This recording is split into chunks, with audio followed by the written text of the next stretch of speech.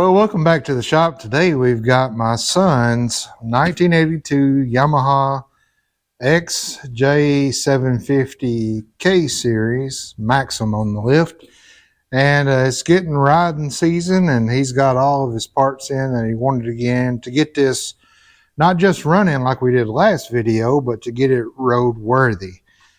He's getting ready to take his motorcycle training class, and that'll give him his license, and he can ride along with us on the weekends. And so we got a lot of parts. I'll show you on the parts table. We've already got it laid out, and we'll just start digging in. We're going to do, well, I'll show you all what we're going to do when we get to the parts list. Welcome back to Butler Customs Motorcycle Shop.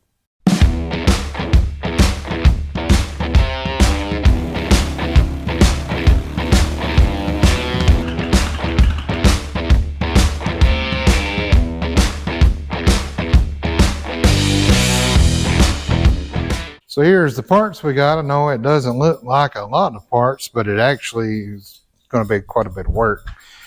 All right, we got our complete carb rebuild kit, new gaskets, new diaphragms, new floats, new needles, everything. Now, last time we took the carbs apart and just cleaned them, put them back together, but when he rode around a little bit, come in, parked it, it was still leaking. We got some new grips that he's going with. I think he's going to keep the bars for now. We've got a new headlight bracket and hangers and all that. Oil change we're going to do. We got to go grab the oil.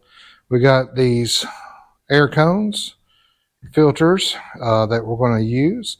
He's got some fork boots that we're going to use. We're going to be changing the fork seals as well because they're leaking pretty bad. And on the fork seals, you can buy 7 weight, 10 weight, whatever weight fork oil. But really, for years, people have used just ATF fluid, transmission fluid. That's all I use in forks. Work great. We also have a new set of shoes or wheels here. Now, I like the Shinkos. The reason I like the Shinkos is they're a good soft ride, and they're cheap, and they last pretty good. I mean, if you're going cross country or something all the time, you know, you'll need some Michelins or something like that. But these Shinkos, they're still affordable, and they work great. So we got a rear tire there.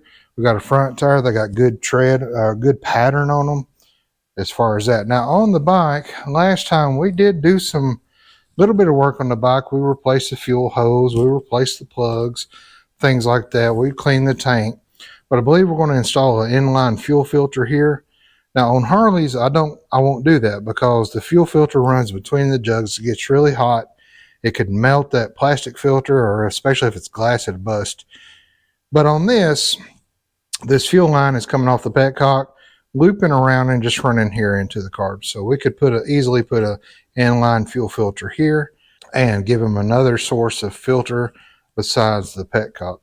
The petcocks, they have screens in them that usually don't filter as much as a paper filter inline would. Some other things we're going to be doing, we're going to get rid of this bracket. This bracket is bolted up to the frame here, but down here it's welded. So we're just going to cut that off, clean up this tube here. We got to be careful though. We don't want to get into sawing on the exhaust. Now this is holding up the oil cooler. We will drop the oil cooler down. We will save on this bracket, but we'll cut it a little closer because it's got 2 holes here that mounts to this and holds the oil cooler up. There's some wiring we've got to address and fix, and then we've got to hide this big rat's nest here.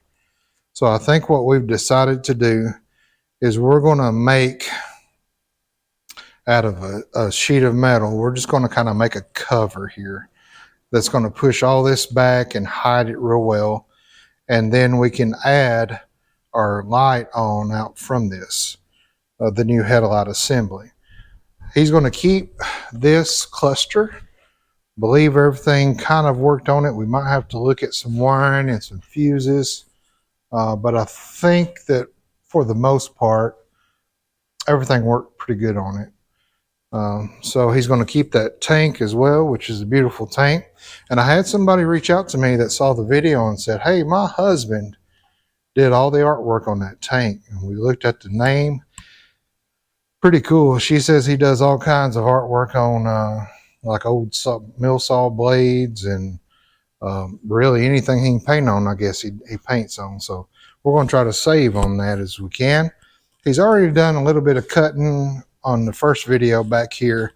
We're going to kind of clean this up, spray it so it doesn't get this surface rust like this, because we need a place for a license plate. And so we may make a little bracket here that'll just come across here and hold his plate up like this, because you have this light here. Once we clean this off, that'll shine on his license plate if he's running at night. We're going to keep the stock turn signals for now. And the front turn signals are actually made into this housing. So here you have the light in the middle. He'll have high and low beams. Then here is his left turn, and here is his right turn. So on the front of the bike, he'll have turn signals, and on the rear, he's just going to have stock. Abram, we do need to check this fluid here in the final drive right here.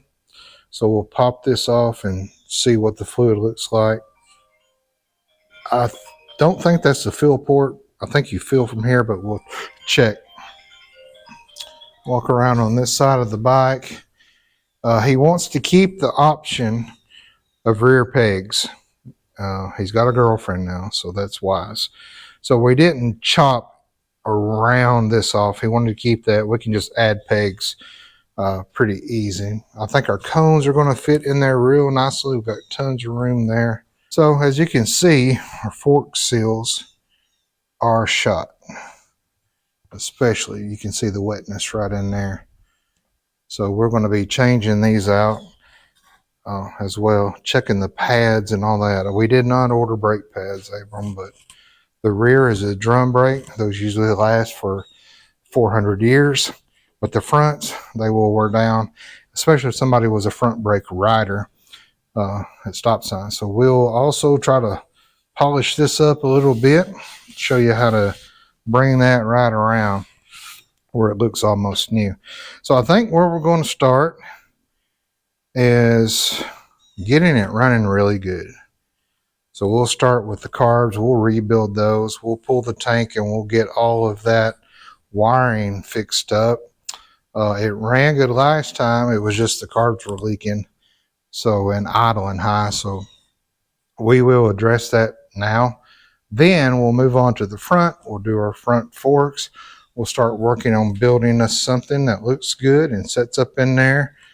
And we can incorporate our anchors for our headlight into whatever we're going to make to cover this, because it'll sit behind the headlight.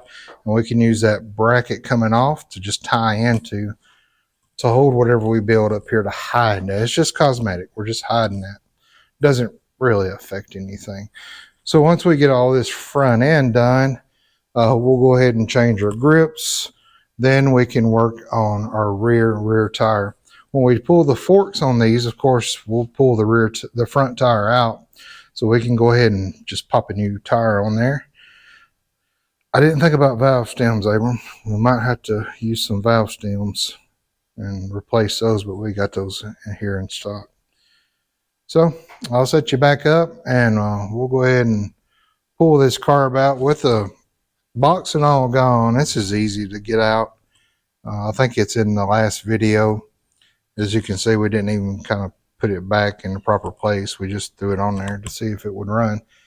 So we'll go ahead and pull this off. We'll start rebuilding this and work on our wiring, and then we'll start up here on the front. All right, so we got the carbs rebuilt with just the new jets and gaskets and all that. Everything seems to be operating really great. Our choke comes up nice and clean and pops back down. Our throttle's good. We are going to put an inline filter here, and we're going to put a hose clamp on here and one down there, and our air cones. Abram, you can go ahead and put the air cones on if you want. See how those are going to look. So we went ahead and set the tank back on. The fuel level had the wire coming from the tank, but we could not find the wire And the wiring diagrams didn't seem to be kind of the same. It's what I could find online. I never could find a manual for this without spending a fortune. So we might just have to break down and buy a manual anyway. But he's got a reserve and a own, just like we run on our old bike. So that is the best way to learn when you're out of fuel. And he'll learn to keep up with his mileage, so he'll know. And it's a pretty good sized tank, so not too worried about that. We went ahead and put the grips on and that, so he likes those. And now we're ready to work on the front end. These calipers will come off. Now they look wet, and both sides look pretty wet, but I believe it's just from these fork seals leaking down and wetting all this. I don't think his brakes are leaking. I think that's fork fluid. So we're going to take our brakes off on both sides. We're going to go ahead and take the fender off, the wheels coming off, the speedo sensors coming off. And then up here I noticed, if you guys have one of these bikes, it's got a little like shifter, like a fork, I guess, damper adjustment. Don't even know if it still works or not. So I've never had forks of this type apart before. I have no book to go by, so we're just going to learn as we go. I did read that, I did find that the fluid that goes back in this, the amount that goes in, so we'll be filling it to what I found online. We'll clean up these forks here as well. But there's a air valve here that runs over to the other shock. And then there's these adjusters, so they're kind of air adjusters. So that's pretty neat. But it looks like this cap has to come off with this Phillips head screw here. And then the forks slide out. This right here is a clamp that goes all the way around that's metal. I don't think it comes off. I think the forks slide down through this. I'm hoping. I don't see how that would. And then just the two bolts to loosen here. And then these forks should slide down just like a traditional bike. Abram's got the new air cones on, and boy, they look sharp on that. And they fit up in there good. I mean, you still got, some room. Abram will have to probably pull this one back off later to get that fuel filter on, but no big worries. It looks good. Looks good from back here. Looks pretty good. So let me go ahead and start on those calipers and speed sensor and all that. And then we can start loosening everything up here. Okay, so we've got our back wheel strapped around the lift, because when we take everything off the front, we don't want, it's on the center stand, and we don't want the bike going forward. We also have a center stand here. It's a little bit up further, and really the meat and potatoes of the bike. We've already took the fender off. We've loosened up all the fork bolts and brackets.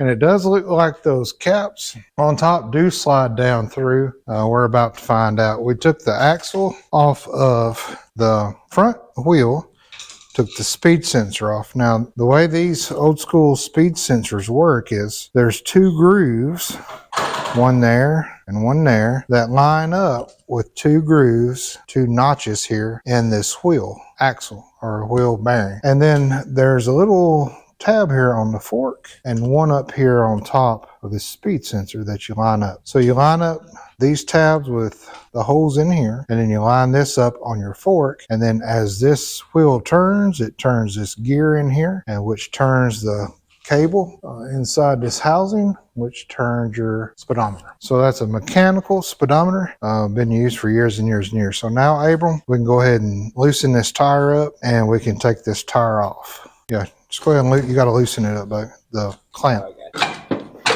And then it should just pick right up. There we go. And take it over by the tire machine, because we're going to be putting new tread on that. And now let's look at these forks. Oh yeah, look.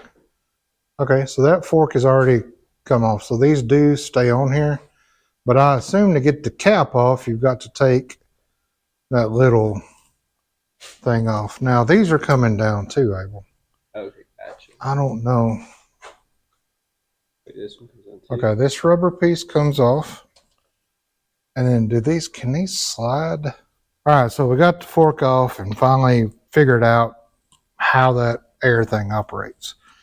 So this is a fitting that goes from one fork to the other. We took it off.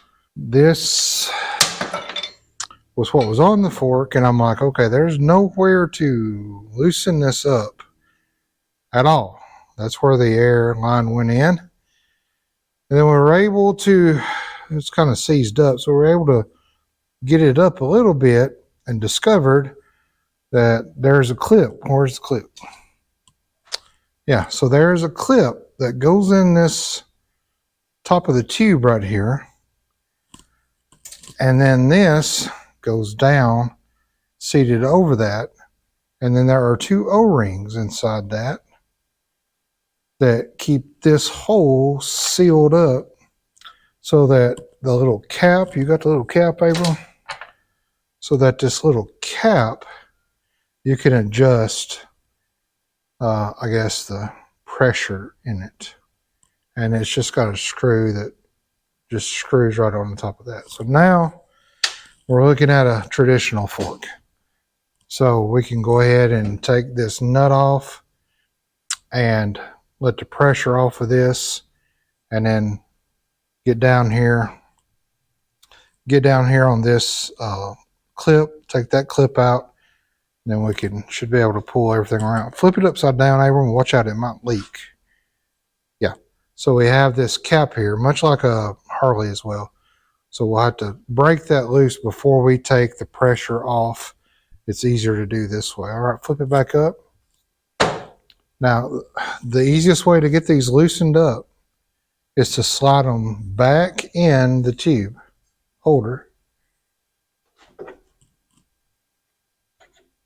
Right there. Now we'll tighten these bolts back down. Then we can put a wrench on this top, and just all we want to do is just break it. That way we're not trying to hold this greasy tube and putting pressure on it and bending it. So we'll just tighten that down real good where it won't spin, and then we'll get a wrench on top, a crescent wrench, and then we'll break that free.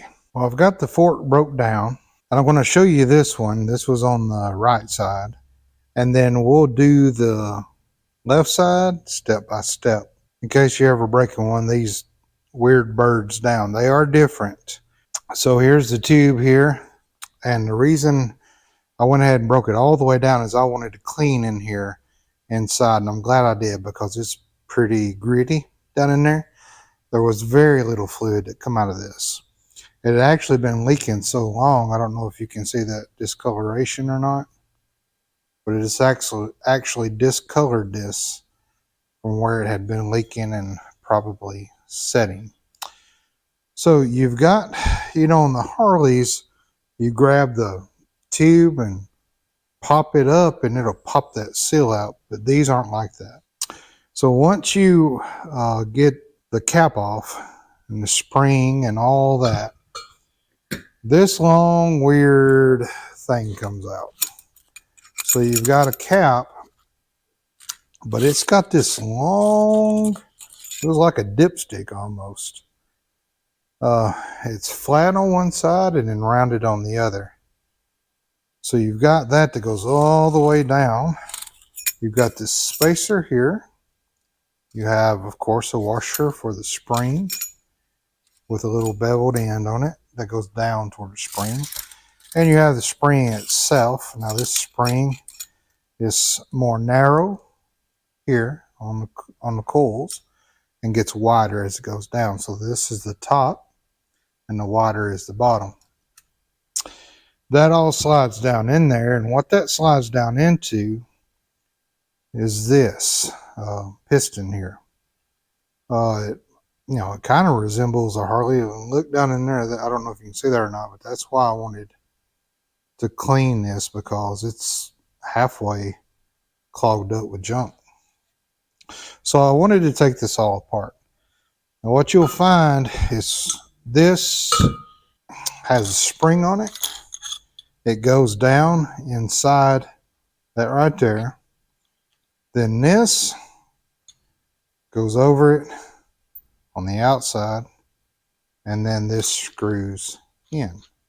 Okay. Now you can't get this out unless you take this bolt off.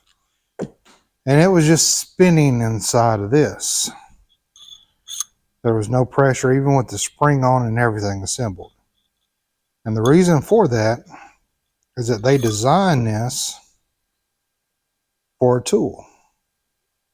And so you've got a special tool that fits down all the way down in the tube and holds that in place. And then you can turn your bolt loose.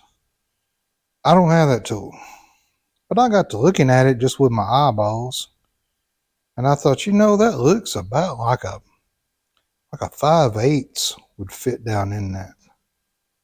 So I ran over to my tool cart, and I have a 5/8 spark plug socket. Now this looks a little weird because this is something that I made to get down into narrow spark plug holes on certain bikes, Japanese bikes. So pay no attention to this part, but this is just a 5/8, a 5/8 socket that's got this on top. And what I found was that fits in there almost perfect. So that fits in there really good, and not all the way down, but it's enough to hold it. So what I did is just got a socket to go in, or an extension to go in there backwards, 1/2 inch, and then that gave me enough to get in there and hold that, and then take that out. So if you're rebuilding these and you want to totally disassemble it, which I would suggest since things are clogged and gummy and goopy, just a 5/8 spark plug socket, and then that right there holds it really, really well. Now you'll see a beveled out place in here, and that is for this big long rod. It goes right in there. It only goes in one way. And then as you adjust this top here with that little knob, it actually spins this around. So I guess it adjusts the height, which would adjust the pressure, I'm guessing. So just wanted to let you see that. Now to get the actual seal out, the tube, like I said, on the Harleys, you've got a big washer that sits in here, and then your seal goes on. So when you take that tube and you take your bolt out, you can just use the tube like a hammer kind of thing, and it'll pop that seal out. On these, the tube just comes right on out. So you have to take you some type of seal pullers or something, maybe some wood screws going down in there to get it all out. Now, if I wasn't concerned about junk being in this, I could have left everything together with the tube on, not even disassembled things. Got that seal off, and then got the cover off, which is this right here. Is just I just got this little cover off here. Then you'll find your seal down in here. And with the tube in it, since the tube is not used to remove the seal, here's the old yucky, gummy, hardened seal here. You could actually take some wood screws and just screw in here and screw in there, and then just pry this up if you wanted to. But I wanted to disassemble everything, and if you've got old forks, you'll want to do that too. So we will do the other side, and I'll show you how it comes apart and how it goes back together. But man, this seal was bad. Really blown out and really bad. So let me rebuild this real quick, and then we'll start on the other one, and I'll show you the entire process of breaking that fork apart and building it back together. Well, Abram had to go back to work, so we're just out here. Got this left side fork off, and this little doodad with the air thing and clip and all that, I'll show you how that goes on, and you can figure out how it comes off. Basically, it just slides up off here. There's a little, I guess, rubber washer gasket thing that pinches that part, and then there's a clip that goes in here that keeps it from going down. And then when you run the fork all the way up, it kind of compresses everything and keeps that air chamber thing in place. It'll still spin around, but once you get the fittings on, it'll stay in place. So right now, we're just going to break this top off. I found that a 24 fits on the top good. Keep pressure on this. It's not like a Harley shock or fork, but keep a little pressure on it just so that spring doesn't shoot things across. You'll feel it when it starts to go.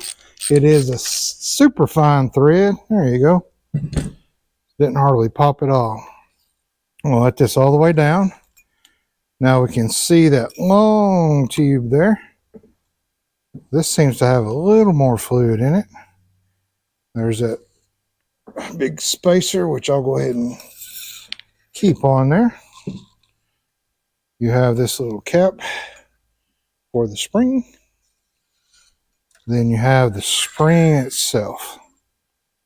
Yeah, I'd have a little bit more fluid in there.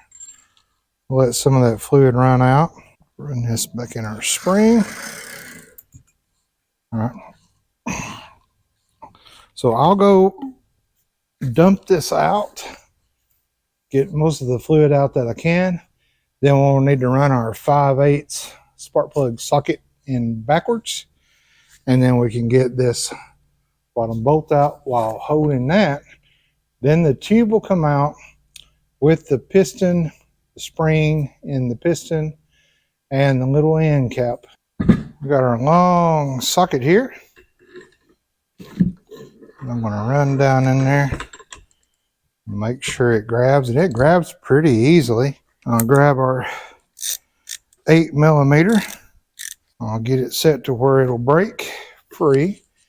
I'll make sure my socket is set down in there good, and then you just got to hold it and twist it, and there we go. It'll break. Of course, putting this in the vise might be a little bit easier for you, but this works. All right, so you've got a brass crush washer on this. So make sure that you get it out of there, inspect it, clean it off, clean off this bottom of the head here as well. Check your threads, clean them off. Don't lose that brass washer, because that you'll need that for a good seal. Now this whole thing slides right out. And don't forget, you got that washer there. So let me grab my little faithful case, and then I'll just pop that washer up. I'll set it there. Now some kits come with new washers and even new bolts and all that, but Abram's on a budget, and this is a budget indeed. So now that we've got all that up, you can see how it's been leaking really bad here. These are stained as well. It's just messy, messy, messy.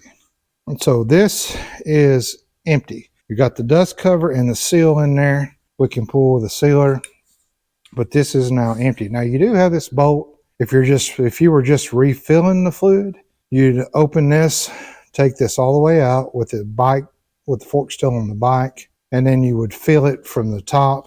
But we're disassembling, we're cleaning, we're going to get everything back to normal. So here's this little cap I was talking about. This goes on the outside of the tube, and it sits flush up in there. All right, so you want to certainly clean this off, inspect it, make sure there's no nicks or anything, or it's not broken even after you drop it. And then we have our piston now that will come out from the other side. There you go. Here's our tube, and then here's the actual piston with the spring, and the spring doesn't matter which way it goes on. This is actually made to hold that spring, and the inside of the tube is made to hold the spring as well. So there's no washers that would protect any parts from the spring itself. Most springs that you'll put in to internal things, they'll have washers to protect them from wearing a case down or clutch down or anything like that. But this is made for, for that.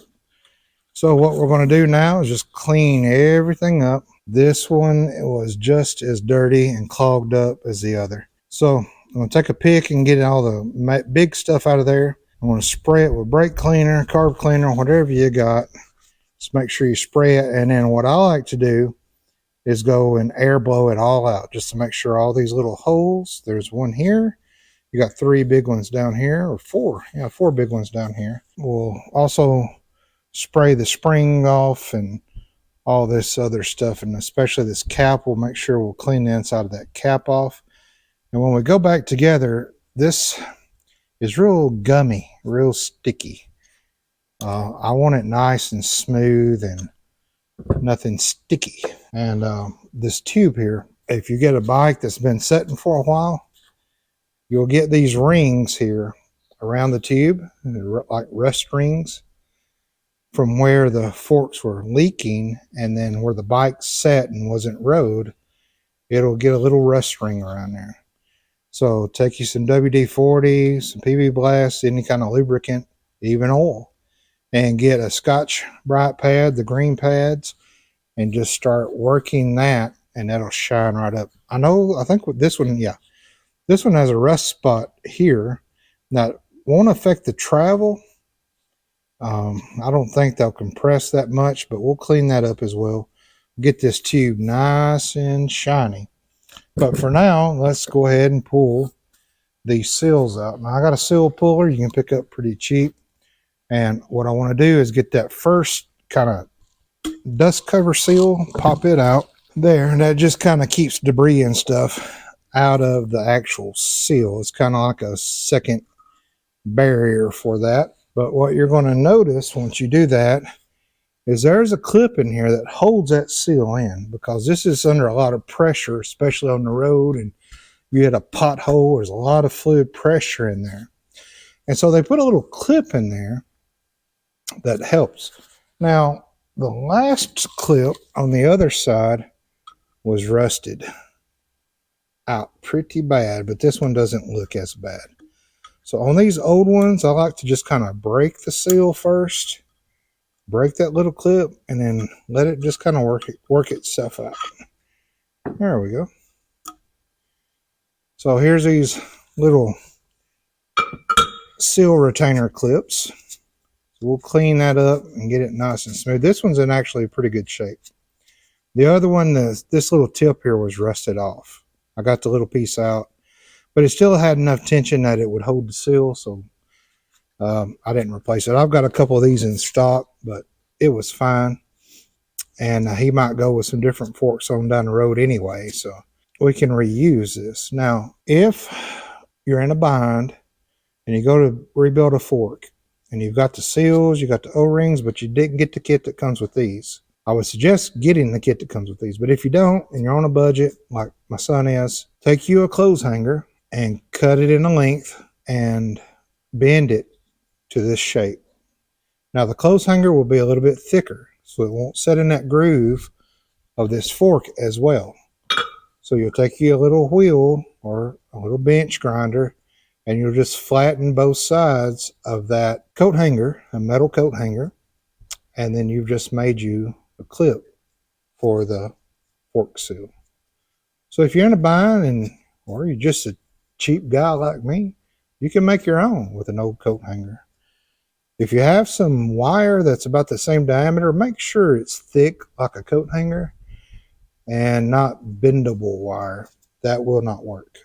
So the stiffness of this, once these are in the grooves, it really helps hold that seal in. So everything's broken down now. I'm just going to clean everything up, spray everything out.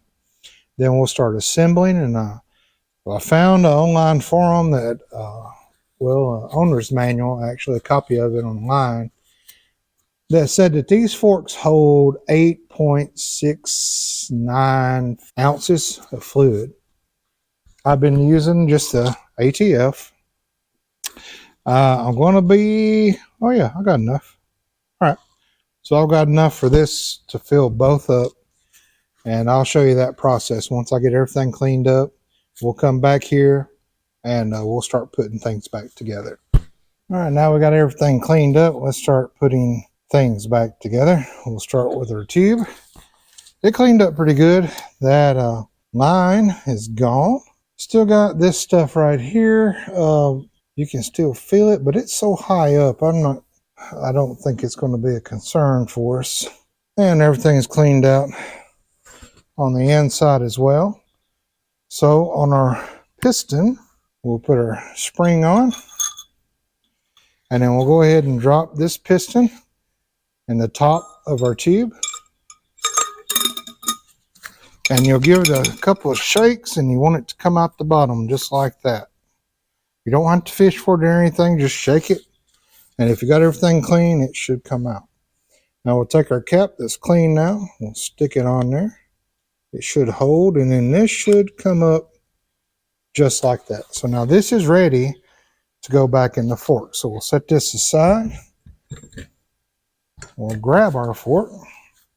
I got the dust cover off. I popped the seal out, and it's important, especially on old bikes. These seals are nasty. They've been leaking. There's trash been down in there.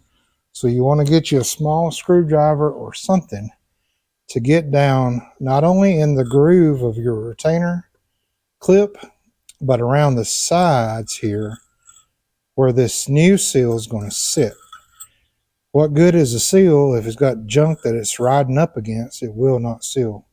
So these are not like Harley seals where you have to get a PVC pipe or a special tool to ram down in there, because you can actually put the tube in with the seal in these. So that's kind of a plus, a bonus. So we will lube that seal up. We'll stick it down in there.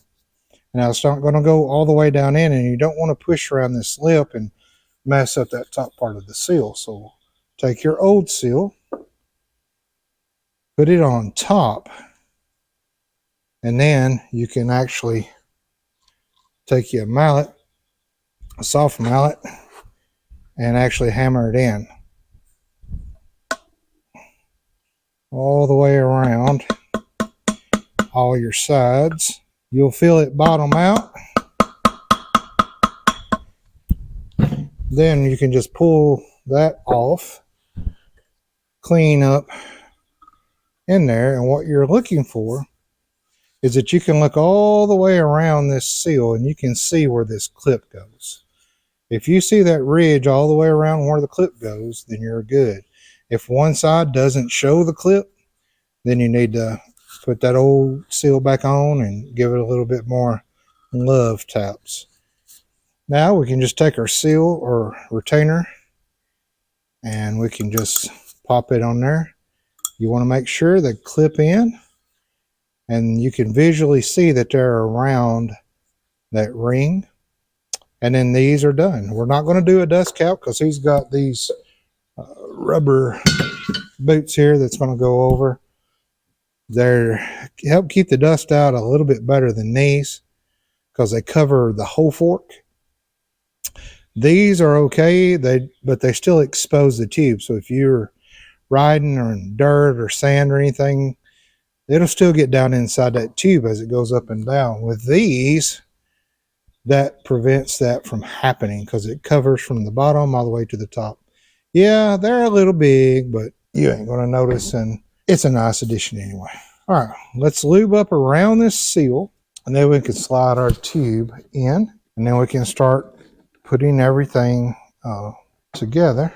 All right, I'll just lube around that because this tube is dry where we've cleaned it, and I don't like to put it in dry.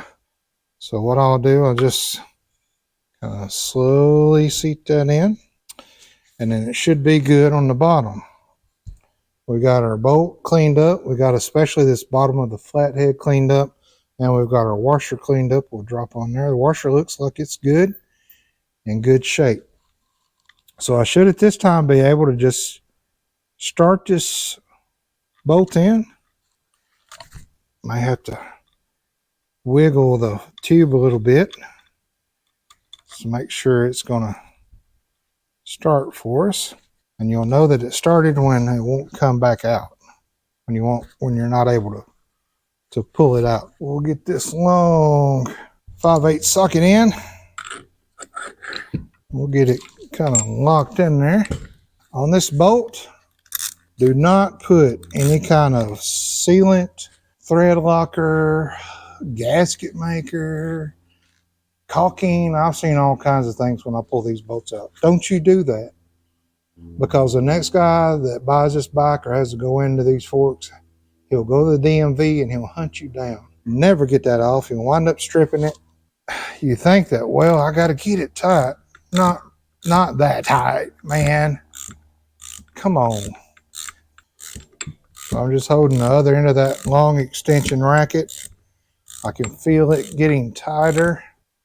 And that's it. All right. So our tube is now in.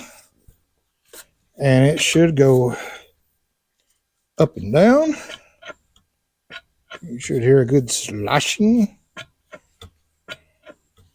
All right. Now what I'll do is I'll go ahead and drop my spring in. I find that that's easier than filling the fluid and then getting the spring in, because if it drops on you, all your fluid, well, not all of it, some fluid might spill out. Then you're like, whoa, crap, I measured the fluid. Now this size is going to be a little less, so I'll just go ahead and drop that spring in. We'll get our ATF out, and we should have just enough. It's 8.6, so that should be just right, and that's exactly what I put in the other one. I'm going to put the tube all the way up, and I'm going to go ahead and not just pour half, but I'm going to just go ahead and pour all of it in. And so what about air bubbles? Well, this has an air fitting on it, so I assume it's got air in it anyway. Now I'll slowly go up and down. Watch that spring, because if you go up too high, the fluid will start to come out with that spring. I'll do that 4 or 5 times just to kind of get all the fluid in those pistons and around everything. All right. Now we'll clean up inside here. Around this outside. And now we're ready for this spring cap. So I'll let this down a little bit. I'll put the spring cap on. And then it'll stay in there. And then you've got this long Turner twisty adjuster thing. It goes in. There's your spacer. But now it'll set like that. It'll set like that until you find a groove that's right in the middle of that piston. Oh, and when you find it, it'll fall on down. So now we're ready to go ahead and get this on. It's not a lot of compression. If you're a stout person, you can do it with just your hands. They make devices and machines to put this in, but you can do it with your hands. I do the Harley ones with my hands as well. I just got a kind of technique with it. So I'll just take the palm of my hand, I'll push down and get it up in the groove. I'll give it a good twist, and then I'll twist the fork tube up into this. And that's it. Now I'll take this. Let's grease up that seal. We did not replace this O-ring here. He's on a budget. And luckily, it looked like it was in pretty good condition. Now we'll tighten this down, but it's impossible to get it as tight as I want it. And we'll do that once I slide the fork up in the tube or in the triple tree. I'll give it another extra little ooga booga. But right now, that's done. This tube is rebuilt. New fork seals are in. We'll clean everything up. I don't see anything coming up out of the top of the seal. That's good. Nothing's leaking out of the bottom as well. And now, oh yeah. Well, there's that air. Okay. So let's go back over to the bike and we'll start sliding this back on. Everything looks good. Everything went together well. So I would say that's a success. And I'll show you how to get that air thing back on here. Really simple now that I know how it works. I ran the fork up in there, but you know what? I forgot the boot. All right, slide the oversized boot on. Slide this on up. All right, and I want it to be about right there where I can tighten this up and work on this air fitting thing. Go ahead and tighten that up.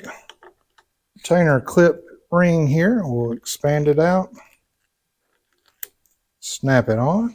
Air fitting thing, it's got the two O-rings inside that I've already greased up, oiled up. It's got the air fitting. It's got the Schrader valve here for the adding the air. And then over here, it's got a little notch, which the other side did not have. And there's a little notch up here on the top triple tree. So I would assume that that goes right up in there. So all this does is just very carefully slides on. Those O-ring fittings just kind of pop on there.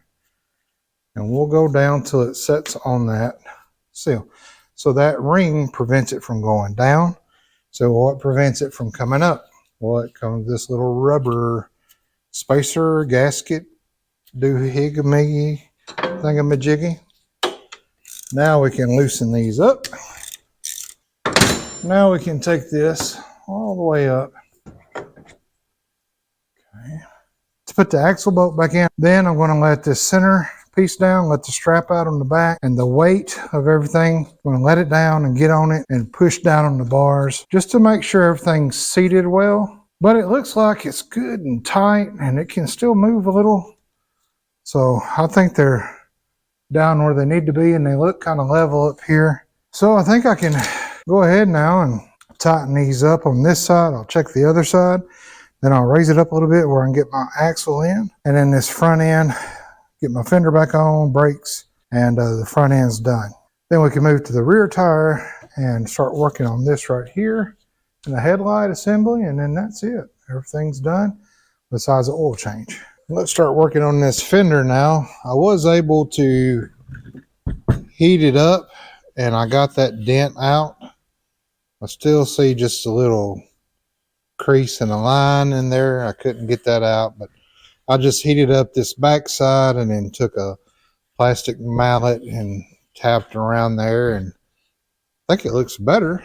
It's not perfect, but it's better. Now let's clean up all this rust and pitting and see how we can get this. So what I like to use is a quadruple zero grade steel wool.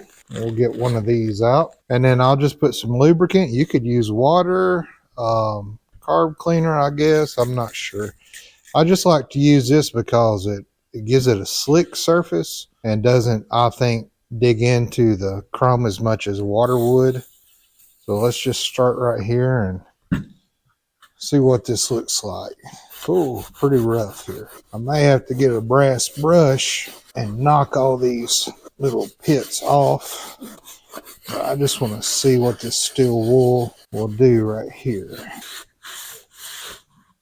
Okay, so the steel wool did a good job of taking off the rust spots, but what I'm left with is still a lot of just rough little bumps. So let's try a brass wheel. Let's just see if it'll take some of that out where it's smooth, and then we'll keep cleaning.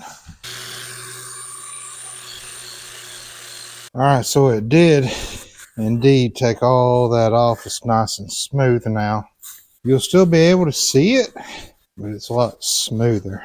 So I think what I'm going to do, I'm just going to keep on with the brass wheel and get the big chunks off where it's smooth. Then we'll take the steel wool and go back over it. And then we'll take some mag and aluminum polish, some mothers, give it a good polish so that it doesn't rust again. I mean, it will eventually, but that'll keep the rust away for a while. So I'm just going to knock the rest of this out with this brass brush so we're not scraping as much with our hands.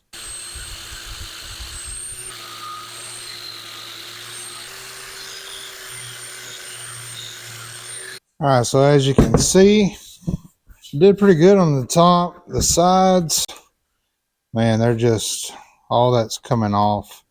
There's not much you can do to save that at all. Especially down here on the front. But it is smoother.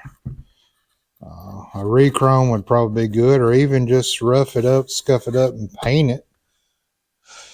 Might be all right, but let's just go ahead and start scrubbing just so we can get at least all the rust off. So, looks better. I think my mother's polish has seen better days. I've got a polish thing for this, but it's round and I don't know how well it'll do. I don't even know if this will really make a difference as far as the look. It smells good. I love the way that mother's polish smells. It smells good. All right, so a whole lot better on this front, I think. At least I'll have a good smelling fender. I'm sure some of you polishing guys, professionals, are like, you're doing that wrong, dude. Can we just get something that just looks a little bit better? That's all we're going for. I think that's as good as we're going to get that. So we'll go ahead and put that on the bike and start working on the headlight. All right, so we got the fender back on, and as you can see, it looks a whole lot better. It actually shined up pretty good. Now here in the back, it's, you know, what it is, but it's smoother, but it's so pitted. But hopefully you won't really see that much. So turned out pretty good. Now I want to let you know something on this Schrader valve here for the shocks. The maximum PSI is 13 pounds. So don't hook an air tank up to this, or you really need a bicycle pump, or if you have a Harley rear shock pump, puts about a pound at a time in. When you pump it, that's what you need to do. So I've got these set at about 9 PSI. And if you use an air thing in there, I mean, they'll shoot straight up. You'll blow your seals out. So don't use like a air tank or anything like that. Use a little pump, bicycle pump. And they make those little bicycle pumps that's like that attach to your bike for long road trips and stuff. So pick you up one of those. They're pretty cheap. And then you can actually just, they're small enough to keep in your bike somewhere. And you can adjust then the softness of your forks up here with these. So we've got them set pretty good, and they might be a little stiff, but he's a tall guy, so we'll get it down the road and see how that feels for him, and then we can adjust it up there. So now that we've got the front end done,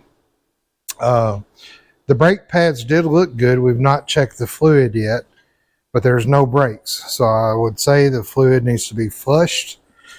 Hopefully the calipers don't leak and we don't have to rebuild those. The rear tires on, we still need to change this rear final drive fluid out.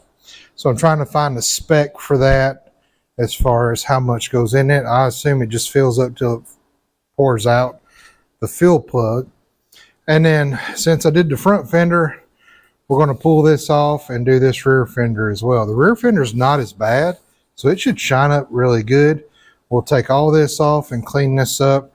We might even try to clean these up right here so that they look a little bit better. Now, as far as the wiring, so they had that big wind jammer on here. And with that wind jammer, they had kind of fab that in here. So that's what this big brace is for. They welded it down here. They bolted it up here. They added the oil cooler on the outside of that. So we're going to take this off, delete this. But in all the wiring, they have this big harness here that hooks into the windjammer for all your turn signals, your headlight, radio, all that stuff.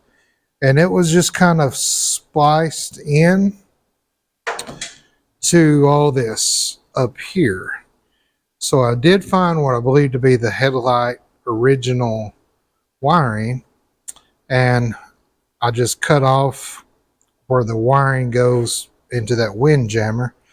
So I think these are going to be our 3 wires here for our ground, our high, and our low beam. However, the bike, when you turn the key on, the headlights on this model don't come on. They only come on when you crank and when the bike's running. So we're going to crank it and find out what's what. Then we can start with the headlight assembly. But up here, we're going to check all these connectors. We're going to clean them up. We're going to bundle them back together, zip tie them, and push them back in. And then get a cover, make a cover for this. Now, we had thought about just taking some metal, bending it, making it fit, and then we've got our brackets for the headlight. We can attach that too. But as I started looking, you've got all these wires that are coming down out of this cluster, and I don't want to put a bracket up here, a metal cover, and it cut into these wires with vibration and over time, and I just don't want to do that. So what I often do when I'm building side covers, if I like, say I want this piece right here that's exposed, I want it covered up. So I'll go to Walmart and get a black trash can, a plastic trash can, like a little bathroom trash can, the kind of rectangle looking one. And then I'll actually cut plastic out of that and use that as covers here. I'll cut strips out and use them as straps. So we'll be doing that as well. And I thought, well, why don't we just do that up here in the front? That way it can be a black and it can be plastic and it can fit up in there nice, and I can cut slots out for the majority of these wires, and I don't have to worry about that plastic rubbing into these coatings on this wire. So I think that's our safest bet. So we'll have to fab that up as well. I also noticed on the wiring that I guess when they installed that windjammer, they got rid of the factory fuse box and they just put tons of inline fuses that are the little glass fuses. And this one's even broke. We'll have to repair. I'm not sure if I like that or not. I think what I would like to do, not go back with factory, but just put regular fuses in there instead of these glass fuses, and then clean this wiring up quite a bit. The battery tray needs some work. We'll work on that as well. So we've got a lot left to do on this bike. So with this video already running over an hour long and we got still so much to do, I think we're going to stop it here as a part 2 and then pick up part 3 the next time you see us. And we'll be doing the wiring and all the kind of final touches, and then we'll actually be taking it down the road, and we'll take a good ride, me and him, on the back roads and let him get used to the bike, and y'all can come along with us on the ride as well. We'll video that. So that's going to do it for this one, part 2, and then we'll pick it up with part 3 in the next video. So thank you so much for hanging out with us today, and tell your mom and them we said hi.